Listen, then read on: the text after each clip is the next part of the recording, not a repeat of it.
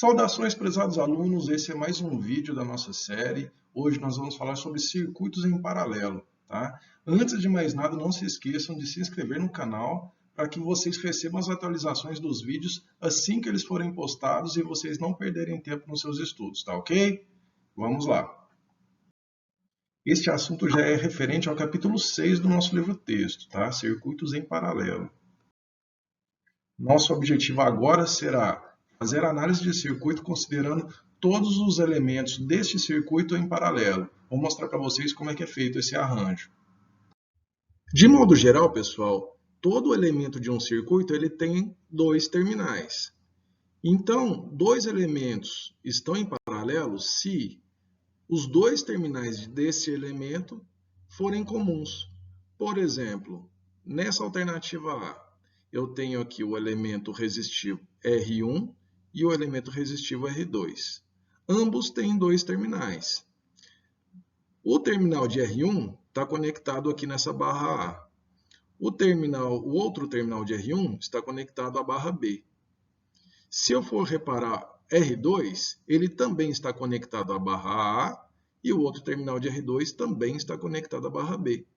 Portanto, os dois terminais desses resistores, eles são comuns, eles estão conectados no mesmo ponto. Eu posso afirmar, então, que eles estão em paralelo. Agora, já vamos para esse exemplo aqui, da alternativa B, tá?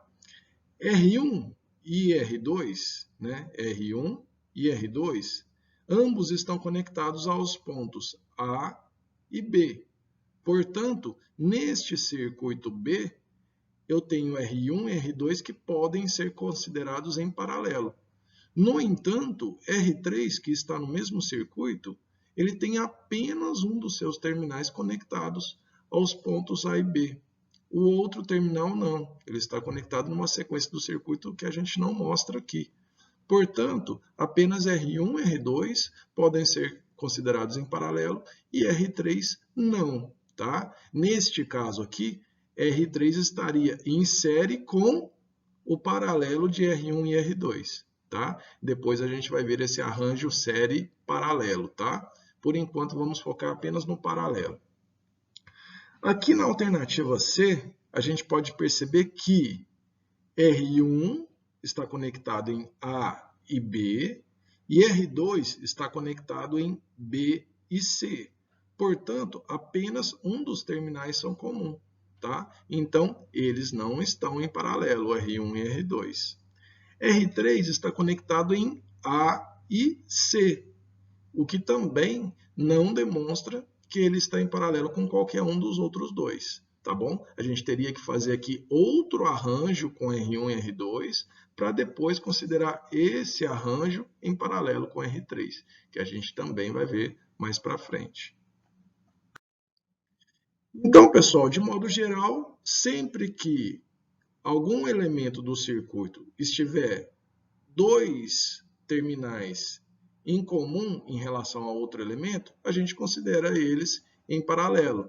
Se eu chamar aqui essa barra aqui, por exemplo, aqui de barra A e essa barra de baixo de barra B, você percebe que todos os elementos aqui deste circuito estão conectados nesses mesmos terminais. Então, todos os elementos desta figura 6.3 estão em paralelo. E como que a gente, então, simplifica este circuito e transforma todos esses elementos em apenas um? A gente faz este arranjo aqui, tá? Onde a resistência total, que equivale a todas as outras resistências, é igual ao inverso da soma de cada uma das resistências deste mesmo circuito. Então, 1 sobre a resistência total é igual a 1 sobre R1, mais 1 sobre R2, mais 1 sobre R3, mais 1 sobre quantas resistências estiverem em paralelo neste circuito, tá? O inverso da resistência é chamado de condutância, tá? Que a gente usa aqui o símbolo de GT. A condutância, ela é medida em Siemens, tá? Então, o inverso da resistência, que é ohms, que é medida em ohms, é a condutância, que é medida em Siemens, tá? Isso aqui é apenas a título de curiosidade, para vocês saberem que existe aqui esta unidade e que ela mede o inverso da resistência de um circuito, que é a facilidade com que a energia elétrica percorre aquele circuito, né? Porque se a resistência é justamente aquilo que se opõe à passagem da corrente elétrica, essa condutância é justamente aquilo que favorece a passagem da corrente elétrica no circuito. Vamos aqui para este exemplo prático. Nessa figura 6.3, a gente tem 3 elementos resistivos arranjados aqui, R1, R2 e R3. Só que eles estão dispostos de uma forma onde não se facilita a visualização, né? Não é fácil de você visualizar aqui que eles estão em paralelo. Então, o que pode ser feito para que a gente consiga visualizar da melhor forma os elementos em paralelo? Uma regrinha que eu passo para vocês, né? Uma dica que eu dou para vocês é o seguinte: a gente coloca aqui um ponto desses elementos, ou seja, um terminal deles, a gente dá o nome, ou dá o nome de A, assim como a gente viu nos slides anteriores. O outro terminal do elemento, a gente dá o nome de B. No caso aqui eu estou avaliando apenas R1, certo? A gente parte depois para o próximo elemento, R2. Um terminal dele já está conectado em A. E o outro terminal também está conectado em B. Por que que esse aqui também é B? Porque entre esses dois pontos, eu não tenho nada. Entre esse ponto de R1 e esse ponto de R2, não tem nenhum elemento aqui. Então, as mesmas propriedades que tem nesse ponto aqui, as mesmas propriedades elétricas desse ponto, são também compartilhadas por este outro ponto aqui. Fazendo essa mesma analogia, então, a gente pode considerar que R3 ele também está conectado em A e B. Por quê? Porque este ponto aqui do barramento até o outro terminal de B também não tem nenhum elemento que altere as propriedades elétricas desse circuito. Então, eu posso aqui nomear também o outro terminal de R3 em B. Então, se eu rearranjar isso tudo, eu posso redesenhar esse circuito para facilitar a visualização. E ele fica desta forma. Desta forma, é muito mais simples perceber que todos os elementos estão em paralelo. Então, R1, R2 e R3, eles são elementos resistivos de um circuito que estão em paralelo, porque todos os terminais de cada um deles estão conectados no mesmo ponto. O terminal de R1 está conectado em A e B. Os terminais de R2 estão conectados em A e B. E os terminais de R3 também estão conectados em A e B. Certo? Então, todos eles estão em paralelo. E agora, como que eu faço então para fazer que este circuito aqui seja simplificado? Vamos ver? Para simplificar este circuito, eu uso então a equação 6.1. Onde eu tenho que a resistência equivalente a essas outras aqui que estão em paralelos, ela é equivalente a 1 sobre o inverso da soma das resistências. E isso fica da seguinte forma. Então, pessoal, eu tenho aqui que 1 sobre RT fica 1 sobre R1, mais 1 sobre R2, mais 1 sobre R3. Tirando o mínimo aqui do denominador, fica então 20. Eu tenho que 1 sobre RT é igual a 20 mais 5 mais 4. Então, 1 sobre RT é igual a 29 sobre 20. 29 sobre 20 é 1,45. Só que 1 sobre RT é 1,45. Se eu inverter os dois lados da equação, eu encontro que RT é igual a 0,69 ohms. Então, eu consigo uma resistência de 0,69 ohms, que equivale a todas as resistências mostradas nessa figura. Então, esta equação, aliás, esse circuito, ele pode ser resumido da seguinte forma. Esse é o circuito resumido, então. RT é igual a 0,69 ohms, e ele equivale, então, a todas as resistências R1, R2 e R3 em paralelo. Eu consigo reduzir, então, o circuito anterior para apenas este, com uma resistência com essa magnitude que foi calculada. Tá joia? Aqui eu tenho outro exemplo, pessoal, mostrando aqui na figura 6.10, tá? Então, essa figura aqui apresenta 4 resistores, R1, R2, R3 e R4, sendo que todos eles têm a mesma magnitude, todos eles são de 2 ohms. Eu quero que agora vocês pausem o vídeo para que vocês resolvam por conta própria este exercício, tá? Então, o que a gente vai fazer? Assim como fez no anterior. Eu chamo, então, esta barra aqui de A, esta barra aqui de B, certo? Então, aqui, onde eu não tiver elemento resistivo, ou qualquer elemento que mude as propriedades elétricas no circuito, eu posso ir estendendo aqui para a mesma nomenclatura. Então, se esse ponto é A, então esse segundo ponto também é A, tá? O próximo ponto do circuito seria este aqui. Então, este aqui também é A, certo? Aqui também não tem nada entre esses dois, então aqui é A, certo? Vamos continuar estendendo. Aqui não tem nada, nada. Então, aqui também é A, certo? Aí acabou, tá? Eu vou para o outro terminal. Aqui o outro terminal é B, então aqui também eu posso chamar de B. Se aqui eu posso chamar de B, eu vou continuar subindo aqui, certo? Olha só, essa voltinha aqui em cima, tá? Vou destacar aqui, ó. Essa voltinha aqui em cima significa que essa barra, ela não cruza com essa, tá? Quando elas se conectam, eu tenho aqui esse nozinho preto, tá? Quando elas não se conectam, então eu só faço essa voltinha aqui para mostrar que elas não estão em contato, tá bom? Então esse ponto B aqui, ele está aqui, ele se estende aqui, passando por cima de A e vem até aqui em cima. Então R1 está conectado a A e B também, tá joia? Vamos colocar aqui B aqui em cima, certo?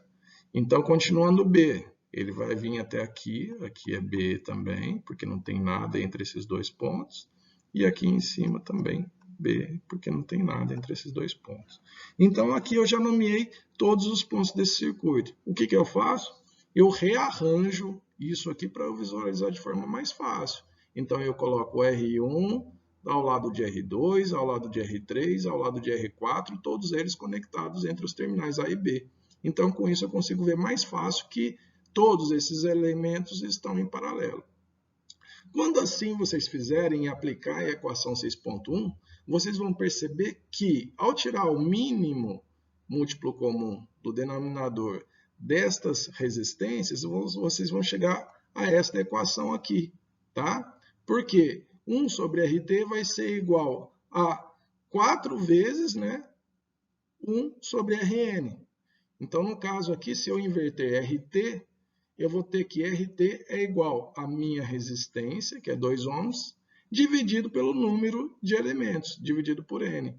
Tá? Então, sempre que eu tiver todos os elementos iguais e em paralelo, eu posso já utilizar de cara esta equação aqui, que nada mais é que uma simplificação daquela equação 6.1. Tá?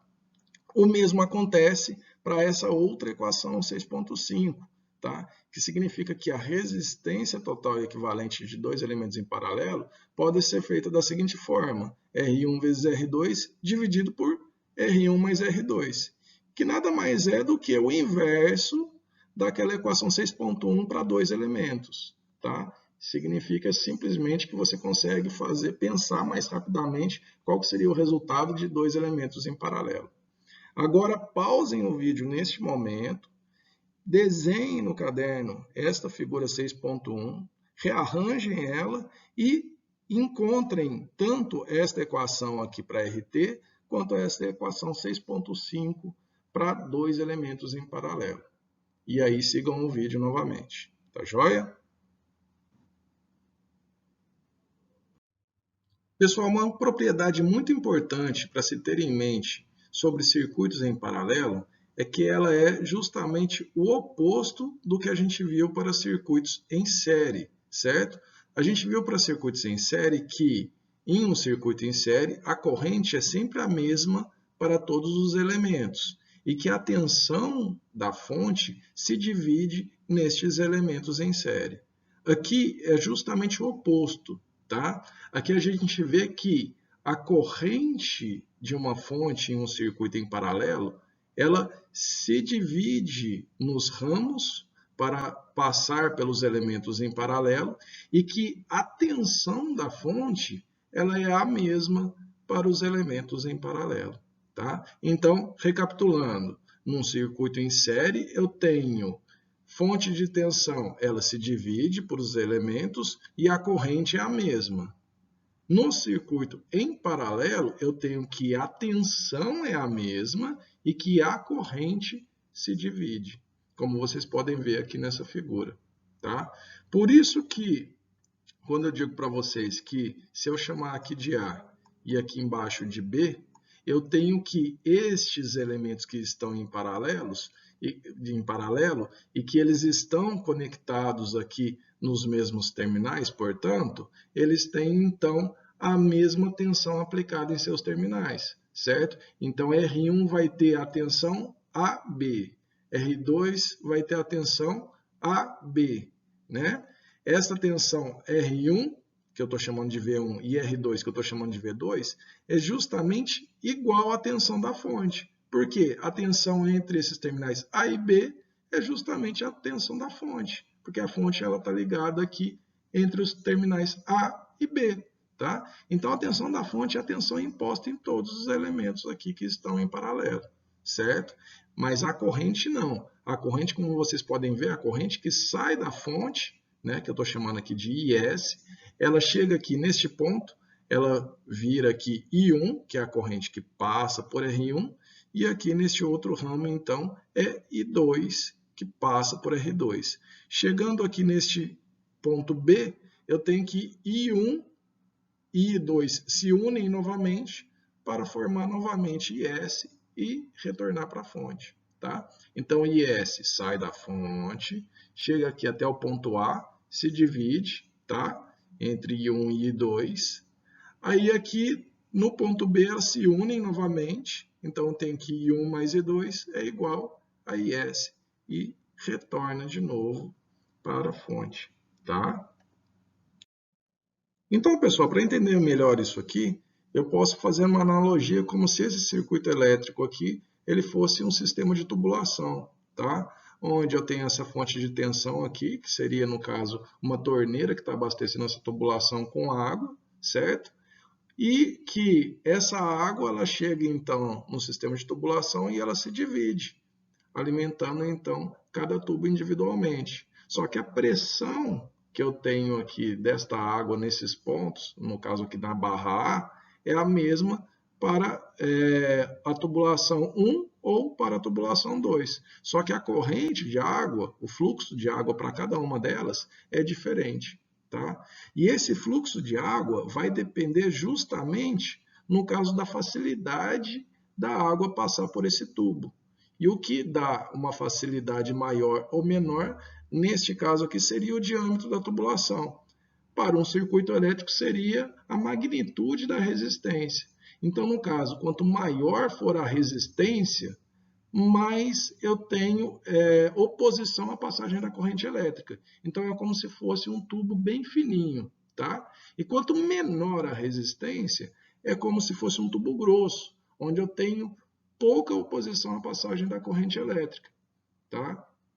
Com isso, então, na outra barra, este fluxo da barra 1 mais o fluxo da barra 2 volta novamente para a fonte e aí eu tenho o fluxo total, assim como eu tinha no início. Tudo bem? Então, pessoal, usando ainda o exemplo da água, se a gente estivesse observando aqui por cima de um fluxo de água, onde aqui tem uma bifurcação, a gente percebe que a água que chega, ela se divide nos ramos, certo? Essa lei da corrente, ela se aplica para todos os ramos de um circuito elétrico, tá? Então, toda corrente elétrica que chega num ponto, ela tem que ser igual à soma da corrente elétrica que sai. E o oposto também é verdadeiro. Se eu tenho vários ramos alimentando um ponto, então o que sai tem que ser igual à soma das correntes que entra. Tá? Então, realmente, tanto faz ela se dividindo ou ela chegando em um ponto e se unindo, tudo que chega em um ponto tem que ser igual ao que sai daquele ponto, tá? O balanço tem sempre que fechar, tá? Então, a lei de Kirchhoff para a corrente, ela fala que a soma algébrica das correntes que entram em um ponto, ela necessariamente tem que ser igual à soma algébrica das correntes que saem do ponto, tá? Então, não importa se o número de pontos que chega é maior do que o que sai. O que importa é que a magnitude, né, o tamanho da corrente elétrica que chega no ponto tem que ser igual ao tamanho da corrente elétrica que sai. Tá? Então, eu posso ter aqui, por exemplo, 3 pontos abastecendo aqui um nó e cada um deles sendo igual a 1 ampere e ter apenas um ramo saindo desse ponto.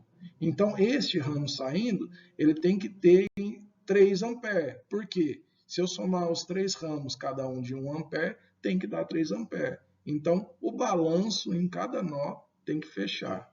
Tá? Isso aqui tem que ser sempre atendido. Tá ok? Dessa forma, pessoal, eu chego em analogia ao que a gente teve para circuitos em série, que foi a lei de Kirchhoff para as tensões, onde a tensão se dividia nos elementos, eu tenho aqui a regra do divisor de corrente, que é a lei de Kirchhoff para a corrente, onde a tensão não se divide, e sim a corrente. E como eu calculo a corrente em cada um dos ramos? Eu tenho, então, que a corrente ela é proporcional à resistência daquele ramo em relação à resistência total que eu tenho no circuito, vezes a corrente total do meu circuito. No caso, nesse caso aqui, a corrente da própria fonte. Tá? Então, aqui, por exemplo, I1 eu teria que seria essa corrente aqui em cima do resistor R1. I1 é igual à resistência total equivalente, que eu tenho que calcular da forma que a gente viu nos slides anteriores, né? No início do vídeo eu mostrei para vocês como calcular a resistência total equivalente. Então você coloca esse valor da resistência total equivalente aqui em cima. Embaixo você coloca qual é a resistência do ramo que você quer encontrar a corrente. No caso eu quero a corrente I1, portanto aqui eu vou usar R1, certo? Então resistência total dividido por R1 vezes a minha corrente total, que neste caso aqui é IS. A corrente total utilizada aqui é a própria corrente da fonte. Tá joia? Com isso, então, eu consigo encontrar a corrente que circula pelo ramo 1, tá? Que é justamente a corrente I1 que circula por R1. Tudo bem? Dessa forma, com a lei de Kirchhoff para a corrente, a gente consegue encontrar a corrente em qualquer elemento dos elementos que estão em paralelo. Então, pessoal, como é que fica a potência em um circuito com elementos em paralelo? Se a gente for lembrar a equação da potência, ela é tensão vezes a corrente. Eu fiz o cálculo para vocês para calcular a potência com elementos em circuitos em série. Para vocês lembrarem, circuitos em série é aquele onde a tensão se divide e a corrente se mantém. Aqui é o oposto. Aqui a tensão é a mesma e a corrente que se divide. No entanto, a relação tensão vezes corrente, ela vai ser a mesma, tá? Tanto faz para elementos em série quanto para elementos em paralelo. Então, o fluxo de potência, ele segue o mesmo para os elementos em paralelo quanto para os elementos em série, onde eu tenho que a potência da fonte ela é igual à soma das potências dos ramos, tá? Em cada um dos elementos. Então, aqui, da mesma forma com elementos em série, para eu calcular a potência total da minha fonte, basta calcular a potência dos elementos e somar todas elas. Tá? Então, quanto menor, pessoal, a resistência, então maior vai ser a potência absorvida. Por quê? Maior vai ser a corrente naquele ramo. Então, se eu calcular, por exemplo, cada uma das potências individualmente, aquele ramo que vai ter a maior potência vai ser justamente aquele de menor resistência, porque a corrente naquele ponto vai ser maior. Uma vez que a tensão é a mesma, então a potência daquele ramo de menor resistência é maior. Tá joia? Então, ter sempre essa regrinha aqui da potência em mente e essa correlação entre circuitos elétricos em paralelo e circuito elétrico com elementos em série. Tá joia? Agora, pessoal, eu quero que vocês parem o vídeo novamente e façam esse exercício, tá? Percebam que aqui eu tenho um arranjo de elementos que eles estão em série e paralelo, tá? Só que, como que vocês vão resolver isso? Façam sempre aquela regrinha que eu mostrei para vocês no início, vão dando nomes, tá? Então, aqui, por exemplo, eu tenho aqui o ponto A, certo? Este ponto A já encontrou um elemento à sua frente. Então, aqui eu já não posso mais chamar de A, aqui eu chamo de B. E esse B aqui, ele não pode seguir mais adiante, tá? Por quê? Eu já tenho aqui o R4. Então, aqui eu chamo de C, tá bom? Eu vou dando nomes. O ponto C, ele já encontra outro elemento. Então, aqui já seria o ponto D.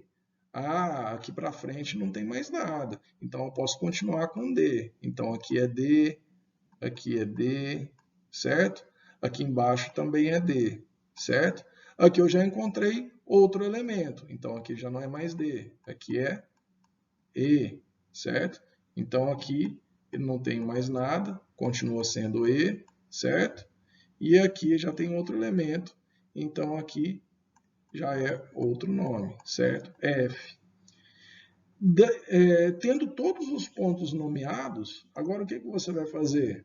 Você vai ver quais deles têm os dois terminais ligados ao mesmo ponto, tá? Se você for perceber aqui, R1 está ligado a A e B. Tem algum outro que está ligado a A e B? Não, né? Por enquanto, não. Esse aqui, R4, está ligado a B e C. Não tem mais nenhum também.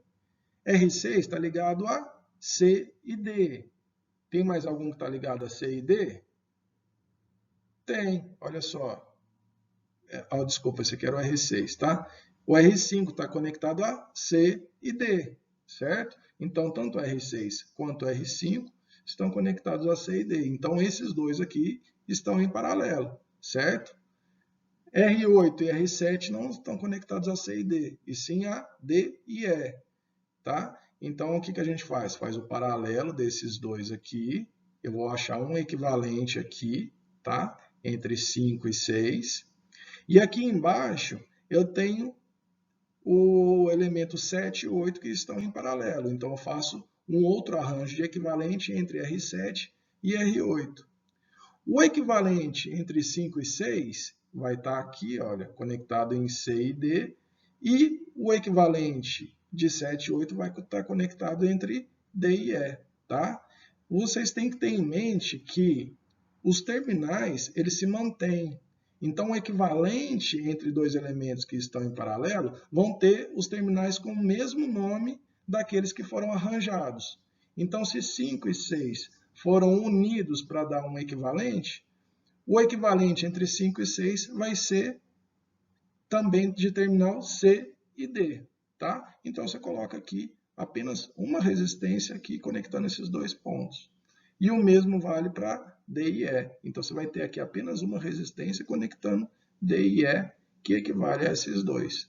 Feito esse arranjo, você mantendo os nomes, você também continua fazendo essa análise, tá? E aí você vai ter, então, que este equivalente vai estar em série com este equivalente. E aí você vai usar o conteúdo do vídeo anterior, que foi circuitos em série, para fazer, então, a soma desses dois, tá? E, então, diminuindo esse circuito. Então, você vai simplificar esse circuito de trás para frente, ou seja, do final para o início, tá?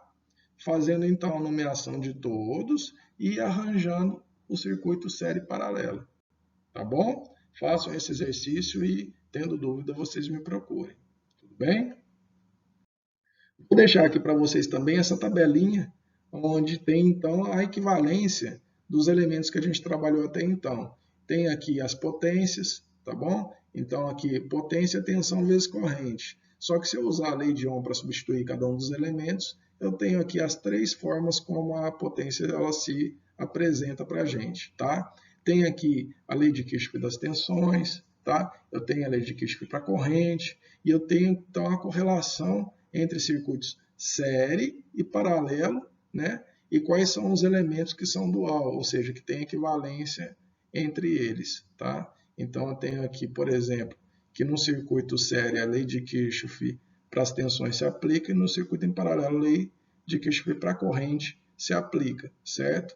Então, eu tenho aqui uma dualidade entre tensão e corrente, da mesma forma que eu tenho uma dualidade aqui entre a resistência e a condutância, tá bom? Então, basicamente, isso aqui é uma tabelinha resumo de tudo que a gente viu nesses últimos 2 vídeos, tá? Para vocês relembrarem aqui os conceitos que a gente trabalhou, tá ok? Bom estudo para vocês. Não se esqueçam de ver os exercícios que estão dispostos no final do capítulo. Eles são muito importantes e essa é a lista de exercícios de vocês, tá? São os exercícios no final do capítulo, tá? Então, no final deste capítulo de circuitos em paralelo, tem uma vasta gama de exercícios lá para vocês fazerem, para a gente tirar dúvida, se assim vocês necessitarem, tá bom? Grande abraço e bom estudo para vocês.